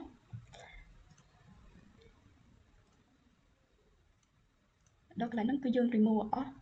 តមកយើងចុចពី add select principal ហើយយើង add group ចូលគេឲ្យ add group HR អូខេហើយគាត់មានសិទ្ធិគេគាត់មានសិទ្ធិ read and write ហើយដកសិទ្ធិគាត់ក្នុងការបង្កើត file អញ្ចឹងគាត់ full control ប៉ុន្តែអត់មានសិទ្ធិក្នុងការ create file ដក tick មកហើយអូខេអូខេទៀតចុច next តមកយើងcreate ហើយ close តបន្តមកទៀតយើង new ទៀតមក network ចុច next ប្រើទៅទីតាំង folder ដែលយើងចង់ share folder share គឺ network select លើ folder network ហើយចុច next next ទៀតហើយកន្លែងនេះយើង custom permission ឲ្យវាកំណត់សិទ្ធិហើយមកដល់កន្លែងហ្នឹងគឺយើងលុបចោលអស់ទៅហើយយើងចុច next select principal គឺ add group ដែលយើងចង់ share group network នេះ group network ឲ្យគាត់ full control តែដកសិទ្ធិគាត់អត់អាចបង្កើត folder អូខេយើង edit បានហ្នឹងគាត់ full control តែដកសិទ្ធិគាត់អត់អាចបង្កើត folder បាននេះចុចអូខេមកអូខេ next ហើយ create close មកយើង add មួយទៀត add ការ share មួយទៀតគឺ IT department folder IT department ហើយទៅដូចត្រែទេយើងចូល 3D share IT department select folder ចុច next next ហើយយើងកំណត់ permission ឲ្យវាដល់កន្លែងហ្នឹងយើងត្រូវលុបអស់ចុច add select principal add group ចូលមកគាត់ group អីគេនេះ IT department គឺ group IT ឲ្យគាត់ full control អូខេ full control ហើយចុចអូខេមកអូខេទៀតហើយនឹងចុច next create ហើយ share បានហើយ close អញ្ចឹងយើង share តទៀតគឺដល់ for step ហ្នឹងគឺគេឲ្យប្រើប្រាស់ user everyone គ្រប់ user ទាំងអស់អាចចូលមកប្រើប្រាស់រួមគ្នាបានត្រឹមតែ read ចុច next ចុច 3D folder share ឲ្យ share លើ folder អី for staff select លើ folder for staff select folder ហើយយើងចុច next next ទៀតយើងកំណត់សិទ្ធិគាត់ទៅលើ group អីuser ឲ្យគ្រប់ user ទាំងអស់អាចចូលប្រើប្រាស់រួមប៉ុន្តែបានតែធម្មតាទេអញ្ចឹងកន្លែងនេះយើងលុបអស់ហ្នឹងទៅយើង add ហើយហ្នឹង add គឺ add everyone នេះទៅ default វាមានស្រាប់នៅក្នុងហ្នឹងមកគាត់នឹងបានធ្វើអីគាត់មានសិទ្ធិតែធ្វើរីទេខ្ញុំអូខេមកអូខេទៀត next create ហើយយើងចុច close ចឹងនៅមួយទៀតគឺ data center គ្រប់ user ទាំងអស់អត់អាចញ៉ាំឲ្យគាត់ចូលប្រភេទហើយកន្លែងហ្នឹងគឺយើងអត់ add user អីទាំងអស់ចូលទៅក្នុងនៅព្រោះថា data center អាចមានការសម្ងាត់មានអីចឹងកុំឲ្យ user ដឹងចឹងយើងចូលទៅបង្កើតមួយទៀតមក new share next ហើយប្រើទៅទីតាំង folder share ចុចទៅលើ data center នេះ folder data center ចុច next ទៀតហើយយើង connect សិតដល់ហ្នឹងយើងលុបចោលអស់ហ្នឹងទៅហើយនេះ data center user ទាំងអស់អាចញ៉ាំឲ្យគាត់ចូលទៅប្រើប្រាស់អញ្ចឹងយើងអត់ add user អីចូលទេយើងដាក់តែប៉ុណ្្នឹងហើយបន្តមកយើងគ្រាន់តែ OK ចុច next create ហើយ close អញ្ចឹងពេលដែលយើងបង្កើត folder សម្រាប់ share data ហើយនេះយើងធ្វើមុននឹងហើយមិញអញ្ចឹងយើងអាចចូលមកកាន់ Windows client មកសម្រាប់ធ្វើការ testing អញ្ចឹងយើងចូល Windows all បន្តមកទៀតយើងវាយ IP របស់ server គឺ 10.10.10.2 ហើយ enter ថាការ share data យើងមិនហ្នឹងវាត្រូវនឹងអ្វីដែលប្រធានគេចង់បានអត់ចឹងយើងចូលទៅ test សាក់មើលចឹងនេះ folder ដែលយើង share មុនហ្នឹងវាមាន folder admin data center for staff network IT department HR department ចឹងយើងអាចចូលមក test admin ដំបូងគឺ admin មកគឺ read and write គឺ full control គាត់មានសិទ្ធិក្នុងការបង្កើត file folder ចឹងយើងចូល admin មក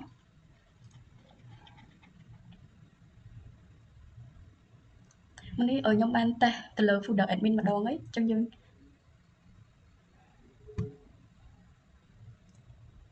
អាចចូលទៅ test ក្នុង data center យើង enter វាមក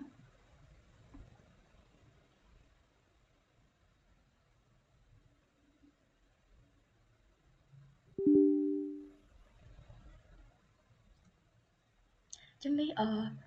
folder data center ហ្នឹងគឺ admin គឺអត់អាច access ចូលបានទេបន្តមកទៀតគឺ for staff គេសាក់ចូល for staff ព្រោះកន្លែងហ្នឹងគេដាក់ថា user ការប្រើប្រាស់ user everyone ហ្នឹងគឺគ្រប់ user ទាំងអស់គឺអាចចូលបានរួមគ្នាប៉ុន្តែគាត់មានសិទ្ធិតែ read ទេអញ្ចឹងគាត់អត់មានសិទ្ធិបង្កើត file folder អីទាំងអស់អញ្ចឹងយើងសាក់ test មើលតែបង្កើត folder បានអត់អញ្ចឹងនេះសម្រាប់ folder for staff គឺ admin អត់អាចចូលទៅបង្កើតបានទេអញ្ចឹងយើងសាក់ test លើ folder ផ្សេងទៀតថប់មក HR department យើង enter មក cannot access HR department យើងសាក់មើល IT department ម្ដង cannot access ចុះ network គេឲ្យគេខ្លះ network ហ្នឹង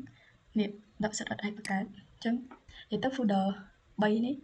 4ទាំងអស់4គឺ network data center HR department IT ហ្នឹងគឺ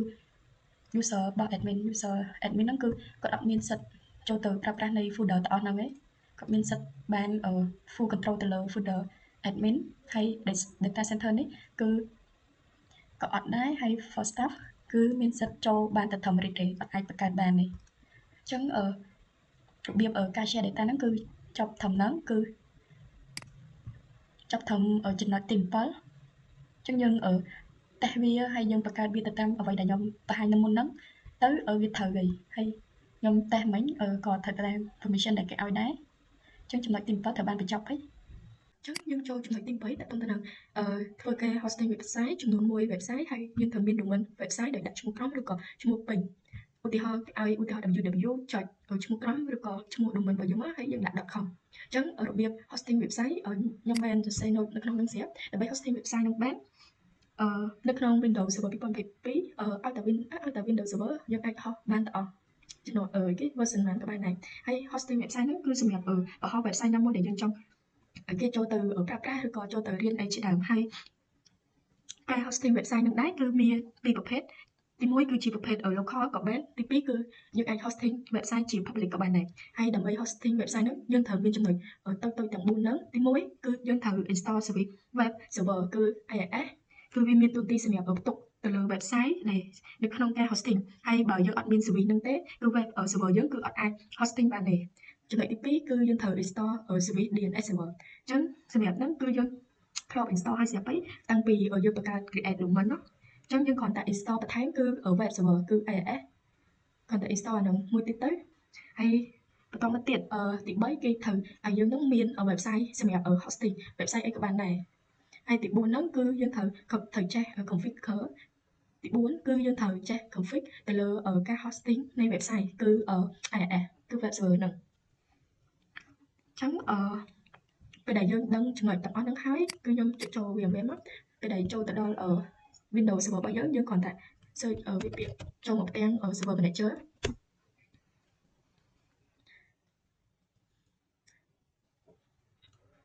vừa bạn chờ hay dương mơ lành dashboard này hay dương mà khổ cái máu hồng trang ở việc tích ở việc tận cái chẳng nhẹ cái đại dương cho một đo tem server này chơi nó hay dương cho lành dashboard và tao máu dương còn tại ông mà khổ máu cái lành Miro and server group chứ nhưng mà cái lành đừng nhẹ còn miền này sẽ bị đại dương ở thọ ở tà làng máu cứ tí mối cứ đi đi cứ bên đây thay cái lành nó cứ dương ở bậc cao đúng mến nó không ở server ở active directory nâng hái và tao mất tiếp cứ ở điền nó cứ dương xem ở dương tà làng hao ấy trong dương admin nè dương admin cứ web server trong dương thờ cloud vía và thay mua tiết trong đầm bay cloud sự bị nâng bán nhưng trong một căn lành đặt tên là server nó máu hay tao máu dương hộp việc arrow and feature trong dương chọn cái lành arrow and feature nó máu và đó cái lành nó dương còn tại chuyện đấy hay cái lành đấy dương vô before vía chuyện đấy hay ở tao máu cái lành nó admin này dương còn tại chuyện đấy mất chứng lại đấy cứ cái số dương ở dương rồi dương ai ở tầng từ lừa sẽ bị muốn đá để dương trong tầng láng hay là technique ban này theo cứ dương drop install đời miền việt tối cứ install hay điền server ở chân đấy để sao tại dương drop tầng láng chấm reload bài trần chống cái mất tiết đập bay hosting website bán cho thử install web server hay được điền server hay điền ai đấy giờ install hay ấy còn tại install tập tháng cứ web server chắc nhưng còn tại chọn ở thích rồi viết map hay cái này add feature map trong về đại dương đã thấy viên luật thiệt lại nằm chân dương còn tại trận nét hay cái này ví dụ như trong ad ở feature và time tiết hay bao nhiêu ở tới dương còn tại trận nét tiết tắc hay này chân cái này ở ví dụ rô trong tuần rô sự việc chân cái này đó ở dương trong và time ở sự việc hay bà thật cá nhưng còn tại trip và time tới hay cái này nó cứ nhóm thật cá để chỉ ở FTP ở server thật cá FTP server chắc nhóm thiệt lại nó mất hay viên biệt địa chỉ FTP ở service FTP extensibility nhưng thì này đang mất chứ nhưng là install ở service nè FTP server xem đẹp ở chỗ cái transform tên này cái này dân thị chẳng hái và tao mà tiết gây dân chuyện đấy về chuyện này ở hái dân install chứ anh đắng chỉ đọc biết này cái install service này web server xem đẹp ở dân hosting website chứ là vì tên là cái lại pin syntax chứ ở tao vì ở tên là cái chắc vì nó load mình xây thay sạch xét chứ nhưng tao có dân close mắt chẳng nhưng mà cái này cái này dashboard hay nhưng mà cái này chỉ vì là dùng install này vì luật mà từ IS cứ web server chẳng tao mất tiết cứ dân tập tiết cho nó thì mấy dân thần biên website sẽ bị hosting chẳng giống biên website hay ấy chứ nhưng ai vô từ rồi thì tán nhóm đơn tại mình nhóm cái nó sẽ có cứ website thì muối cứ SB phải bấy hay gì sao chẳng dân copy cái này folder nó mất copy đặt cho điều phải bao nhiêu chứ hả trong này ở folder xâm nhập hosting website bao nhiêu cứ website có SB phải bấy hay gì sao cho những bạn cho từng người khác trong cái này dương hosting những thử được trong ở folder ai việc thầm thử còn ai vừa bật các folder trường tống vừa và ở châu từ spy hồ cho những bạn ở nét chìa đó nét cứ chìa phá bỏ ở website chẳng và topic dương ban hỏi làm bay hosting website bán được trong một căn IS cứ ở web server IS bị bên cứ internet information service chân dương ở click tao mất tiệt cứ dương momo icon này đấy hụt phanh đấy giờ thời tới dương vừa này hụt ở server chân dương ở select lờ nâng móc hay dương trọc vía tao mất tiết cứ dương hồ folder xài dương trọc đảo chân cái này đấy ở website để hosting chấm default tao cứ vía luôn vào chân ấy default bảo website đặc biệt ở bài này trên trong hosting chứ nhưng còn tại cho lờ vía trong mơ các bạn này hay dương mơ cái lại vào website nó mất thì chứng viên là lộ cho từ căn website này gắn cạnh này vào bên trong mờ trong trang viết text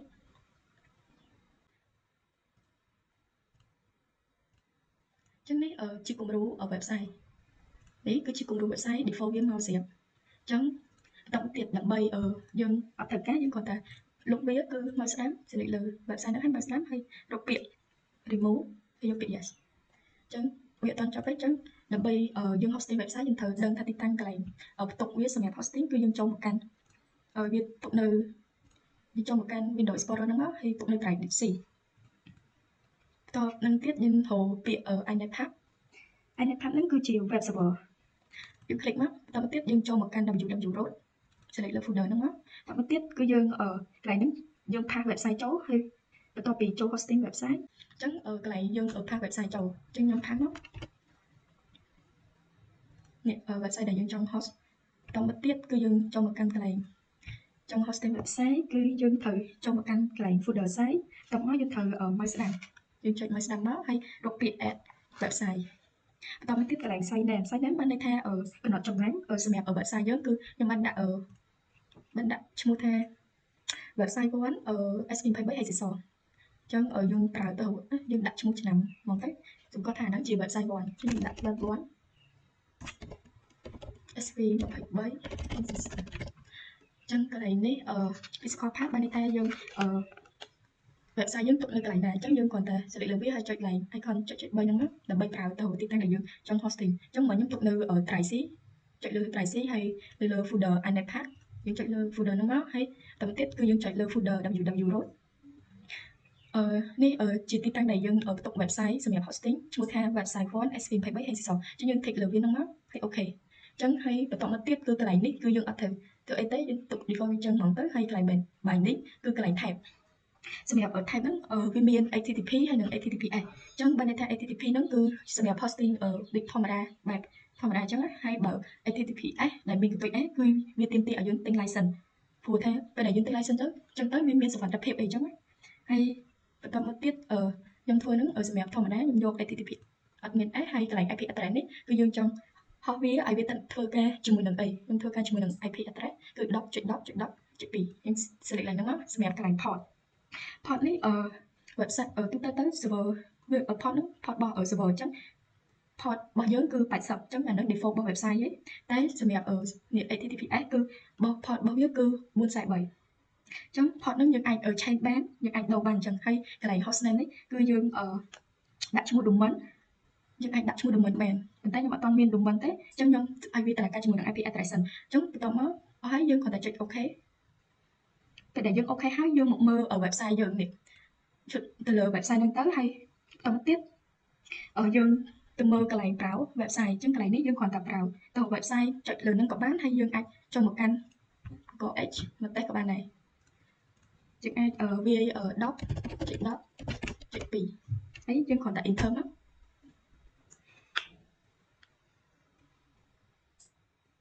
អញ្ចឹងនេះពេលដែលយើង enter មកគឺវា load website ទី1របស់យើងដែលវាដំណើរការជាមួយនឹង IP address អញ្ចឹងយើងបន្តមកទៀតអានេះយើងហើយណាយើងឲ្យវាដំណើរការជាមួយនឹង IP address យើងខ្វែងវាមកអញ្ចឹងបន្តមកទៀតដើម្បីវាដំណើរការជាមួយនឹង domain គឺយើងត្រូវដឹងព័ត៌មានអីគេខ្លះដើម្បីឲ្យវាដំណើរការបានគឺយើងត្រូវទី1នេះយើងត្រូវសម្គាល់វាថាអានឹងជា web 1ដោយយើងដាក់ទៅដឹងទី1គឺ www.sp23hcso.com ហើយដោយមាន IP address ហ្នឹងគឺ 10.10.10.2 ដែលយើងបង្កើត domain គឺយើងត្រូវចូលមកកាន់DNS server នេះយើងត្រូវពេលដែលយើងពេលដែលយើងទៅឡើងជាមួយនឹង domain នៅក្នុង DNS server គឺអានេះយើងទុកសិនហ្នឹងចឹងអានេះយើងទុកសិនរបៀបទៅឡើងនៅក្នុង domain វិញគឺខ្ញុំតែមិញគឺយើងទុកសិនមកហើយយើងត្រូវទៅបង្កើត domain ហើយចាំយើងយកវា apply មកចូលកន្លែងនេះកន្លែង web 1 SP23 HCSO ម្ដងទៀតអញ្ចឹងយើងចូលមកកាន់ដើម្បី hosting តាម domain បានយើងចូលមកកាន់ផ្ទាំងនេះមកផ្ទាំង server manager បន្តមកទៀតគឺយើងមកមើលកន្លែង tour យើងចូលមកកាន់ tour ហើយយើងរកពាក្យ DNS យើង click មកបន្តមកទៀតយើងរក icon server ចូលទៅលើ PC server ហើយយើង drop down អញ្ចឹងកន្លែងនេះវាមានដូចជា forward lookup 0វាមានចំណុច2ទី1គឺ forward lookup 0គឺជាកន្លែងដែលបង្កើត domain នេះកន្លែងបង្កើត domain website របស់យើងដែលមានឈ្មោះថា SP23 មិញពេលដែលយើង select ហ្នឹងយើងចង់មើលយើង drop down ពេលដែលយើង drop គឺអានេះ default ទេយើងអត់ទាន់បង្កើត folder វាអត់ទាន់មាន link នៅក្នុងហ្នឹងអញ្ចឹងដើម្បីនេះបានគឺយើង select លើ forward lookup 0មកស្ដាប់យកពាក្យ u0 ដើម្បីបង្កើតថ្មី0ថ្មីអញ្ចឹងពេលដែលវា load ហើយយើងយកពាក្យ next ហើយកន្លែងនេះយើងយក primary 0ចុច next ហើយកន្លែងនេះយើងត្រូវដូរ to all DNS server វិញឲ្យវា run ជាមួយនឹង forward ហើយ next ហើយកន្លែង zoom name កន្លែង zoom name បានន័យថាយើងបង្កើតឈ្មោះ domain ថ្មីគឺឈ្មោះ domain យើងគឺ SP23 HCSO ពេលដែលយើងដាក់ពេលដែលយើងដាក់ហើយនេះបើយើងចង់ខ្លាចខុសយើងគ្រាន់តែ copy មកកណាត់នេះមកហើយយកមកផាសកន្លែង zoom ផាសចូលហើយយើងចុច next ហើយកន្លែងនេះយើងយក allow ហើយ next ហើយ finish ចឹងនេះវា load ở folder មកឯងគឺឈ្មោះ sp23 hexisol.com ចឹងបន្តមកទៀតយើងគ្រាន់តែនេះបង្កើតមួយទៀតគឺ www 3ដងមកចឹងយើងចូលកន្លែងហ្នឹងមកហើយមើលស្ដាំយករកពាក្យ new host ដែលមាន a ឬក៏អក្សរ x 4ដងយើង click មកហើយកន្លែង name កន្លែងនេះគឺយើងដាក់តែ w ទេដាក់តែ www មកហើយកន្លែងនេះវាចាប់មកស្រាប់ហើយមកដល់កន្លែង IP address គឺបើយើងគឺ 10.10.10.2 ហើយ10.10.10.2 នេះពេលហ្នឹងហើយបន្ទាប់មកយើង complete ថាtake កន្លែងហ្នឹងយើង take ពីហ្នឹងមកហើយបន្តមកទៀតគឺយើង add host បន្ទាប់ពី add host ហើយគឺយើងអូខេមកហើយយកពាក្យ done ពេលដែល done ហើយគឺយើងត្រូវ point ទៅវិញអញ្ចឹងបន្តមកទៀតគឺយើងចូលមកកាន់ folder នេះ reverse lookup 0អញ្ចឹងយើង point ពី IP ហ្នឹងទៅកាន់ domain វិញគឺយើងត្រូវ point ទៅវិញទៅមកអញ្ចឹងយើងដើម្បីបង្កើតនេះបាន before វាអត់មានទេអញ្ចឹងដើម្បីបង្កើតយើងគ្រាន់តែ click លើ folder reverse lookup 0ហើយរកពាក្យ new 0ចុច next ហើយកន្លែងនេះយក primary 0ហើយអានេះឲ្យវាទៅកាន់ forest next ហើយកន្លែងនេះវាមាន IPv4 reverse lookup 0ហើយនិង IPv4 6ហើយ IPv4 ហ្នឹងគឺវាសួរថា rank បានរបស់យើងគឺ 10.10.10.2 អញ្ចឹងខ្ញុំប្រើជាមួយនឹង IPv4 select លើវាមកហើយចុច next បន្តទៀតកន្លែង network ID បើន័យថាកន្លែង network ហ្នឹងគឺ ID របស់ server អញ្ចឹង ID របស់ server យើងគឺrank វាគឺ 10.10.10 ហើយខ្ទង់ទី4ហ្នឹងគឺវាអត់ឲ្យបញ្ចូលទេយើងដាក់តែក្បាលត្បូងឯងកន្ទុយយើងបាច់ខ្វល់ទេយើងដាក់ឲ្យតែត្រូវតែក្បាលត្បូងទៅបន្តមកទៀតគឺយើងចុច next ហើយឥឡូវនេះយើងចុច next ហើយ finish ពេលដែល finish ហើយគឺយើងចូលនេះយើងត្រប់ហ្នឹងមកនេះវាបានហើយ folder 10.10.10 នេះហើយអញ្ចឹងយើងត្រូវ select លើ folder ហ្នឹងមកស្ដាំដើម្បី point ទៅកាន់ domain អញ្ចឹងមកស្ដាំហើយយើងយកកន្លែង new point គឺ PTR យកហ្នឹងមក point ទៅកាន់ domain ហើយបន្តមកទៀតកន្លែង hostname នេះគឺយើង point domain មិញយើង point domain មិញគឺ sp23hexisol.com អញ្ចឹងយើងចូលមកកាន់ browse មកហើយយើងទុកនៅកន្លែងនេះ PC យើង point ទៅកាន់កន្លែងហ្នឹងហើយ forest ហើយរកពាក្យថា យើង point មកកាន់ sp23 hexisol អញ្ចឹងយើងចុចលើវាមកបន្តមកទៀតនេះយើង point មកកាន់ www វិញអញ្ចឹង select ហ្នឹងហើយបន្តមកទៀតគឺយើងអូខេពេលដែលយើងអូខេហើយកន្លែងនេះវាចាប់បាននេះវាចាប់បានở domain នឹងមកអីនេះ www.sp23hexisol.com អញ្ចឹងកន្លែងនេះយើង tick វាមួយមកកន្លែង allow tick ហើយយើងចុចពីអូខេបន្តមកទៀតគឺយើងត្រូវយកវាហ្នឹងទៅ apply យកវាទៅ apply ចូលទៅកាន់ website របស់យើងអញ្ចឹងយើងចូលមកកាន់កន្លែងនេះវិញមក IS កន្លែងយើង host website អញ្ចឹង select លើវានៅស្ដាំរកពាក្យ edit binding បន្តមកទៀតនេះ ATP គឺ host ATP ហើយ hostname យកតែមានទេ port 80 address គឺ 10.10.2 ហើយយើង select លើវា double click មកបន្តមកទៀតនេះកន្លែង hostname យកអត់បានដាក់អញ្ចឹងមិញយើងបង្កើតហើយយើងចូលមកដាក់មកដើម្បីជៀសវាងការខុសយើងអាច copy បានហើយយើងដាក់វាមកហើយបន្តមកអូខេអញ្ចឹងហើយយើងគ្រាន់តែ close ពេល close ហើយយើងត្រូវចូលលើនេះ website ហ្នឹងមកហើយមកមើលកន្លែង manage website ដើម្បី restart វាមួយចុចពាក្យ restart មកអញ្ចឹងពេលដែល restart ហើយយើងអាចចុចចូលទៅមើលថាការ hosting របស់យើងតាមរយៈ domain ហ្នឹងវាជោគជ័យអត់ចឹងនេះគេយើងធ្វើមិញគឺ www.sp23hexisol.com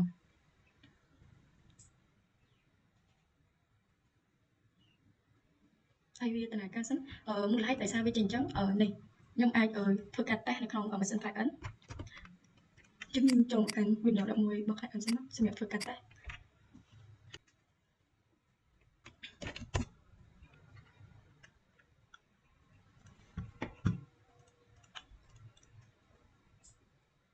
កុំព្យូទ័ររបស់ខ្ញុំរៀង slow តិចទេចូលកន្លែង Edge Microsoft Edge ដើម្បីធ្វើការ testing ទៅលើការ hosting website ដោយសារមិញពេលដែលយើង host នៅលើ server កុំព្យូទ័ររបស់ខ្ញុំវាអត់ដំណើរការចឹងត្រូវ test ទៅលើ Amazon Client ឬក៏យើងវាថា w ដល់កន្លែងយើងវា www.sp23hexisol.com ហើយយើង enter មកចឹងឲ្យវាត្រូវការចឹងនេះឲ្យវាចេញអស់សិនវារៀង slow តិចដោយសារកុំព្យូទ័រខ្ញុំរៀងអញ្ចឹងចឹងនេះជា website ដែលខ្ញុំបាន hosting មិញគឺវាទទួលបានជោគជ័យហើយតាមរយៈ domain ចឹងយើងចប់ចំណុចទី8ហើយដែលធ្វើការ hosting website ចំនួន1តាមរយៈ domain ចំណុចទី9ម្ដងគឺចូលបង្កើតការ share printer នៅលើ network ដោយយើងប្រើ model printer គឺ L3210 អញ្ចឹង ở sangពី10គឺខ្ញុំធ្លាប់ឡើងហើយគឺនេះចឹងយើងយកវាមក copy ហើយយើងខ្វែងអស់សិនហើយបន្ទាប់មកយើងផាសចូលមក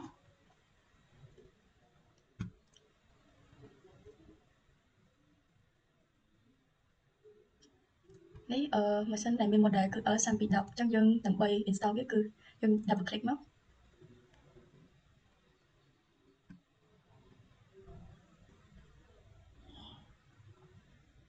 អញ្ចឹងមកដល់កន្លែងហ្នឹងយើងចុចពី OK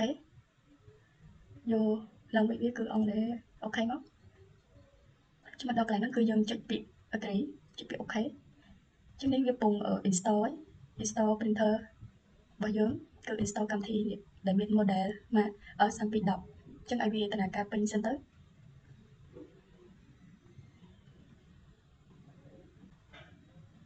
ដើម្បីទៅឡើងកម្មវិធីនឹងបានយើងចូលឡើង module មកតមកទៀតគឺយើងកន្លែងនេះគឺយើងយក LPG1 ថតវា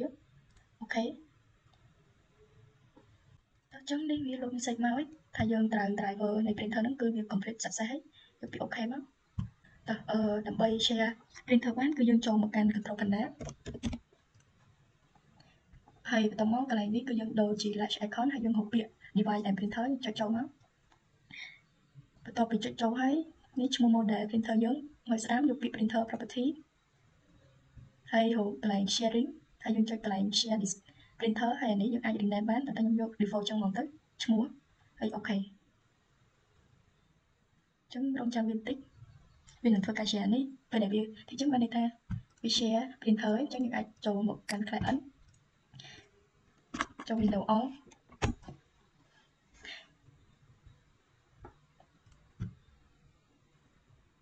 ចឹងពេលដែលមកដល់ហើយនេះគេ model គឺឲ្យsangពី10ហើយយើង click វាពីរដងយើងសាក connect វាមកចឹងនេះវា load error ចឹងដើម្បីកុំឲ្យវា error ទៀតគឺយើងត្រូវ config វាគឺយើងចូលមកកាន់យើងខ្វែងយើងចូលមកកាន់ registry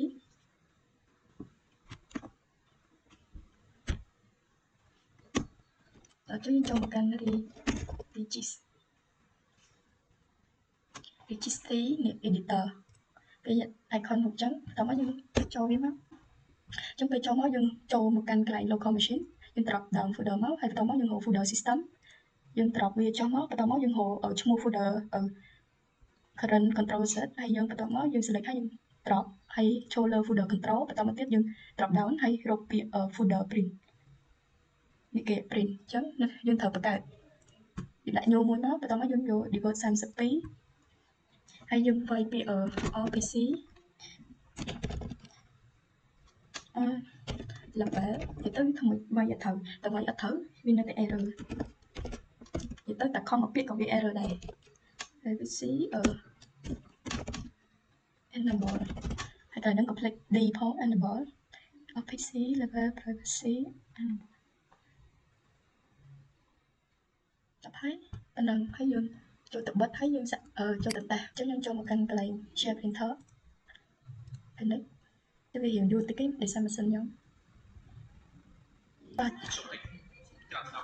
ញ្ចឹងយើងសាក់ double click មកអញ្ចឹងនេះការ share printer យើងពេលដែលជោគជ័យ success វា load ចឹងហើយ load model គឺ sang ពី10អញ្ចឹងយើងចប់ចំណុចទី9ហើយតើតើទៅនឹងការ share printer នៅលើ network ដែលមាន model printer គឺ sang ពី10តើអញ្ចឹងចូលចំណុចទី10ម្ដងដើម្បីបង្កើត map network drive ដើម្បីដូចជា admin HR department IT department អញ្ចឹងយើងចូលមកកាន់កន្លែងWindows Explorer បន្ទាប់មកយើងហៅនេះគេសារ Windows អញ្ចឹងយើងហៅ option មកនេះ Windows 11អញ្ចឹងចូល option ហើយកន្លែងពេលបើក file explorer យើងដាក់ឲ្យវាពេលបើកមកចូលផ្ទាំង disk PC យកមកហើយអូខេអញ្ចឹងយើងសាក់ចូលទៅតេស្តវាគឺយើងមកស្ដាំដើម្បីបង្កើត map ហើយរកពាក្យ map network drive click មកនេះជាឈ្មោះយើងអាចដាក់បានទៀតព្រោះមុនហ្នឹងគឺខ្ញុំធ្លាប់តេស្តគឺអក្សរសិទ្ធតែមកទៀតគឺគេឲ្យ HR department យើងមកស្ដាំមកយក map network drive ហើយ finish ចឹងបន្តមកទៀតគឺយើង add ហើយវាមួយទៀត IT department ចឹងយើង add ទៀតមក folder នេះ ចឹងយើងចូលមកកាន់យើង refresh មួយមក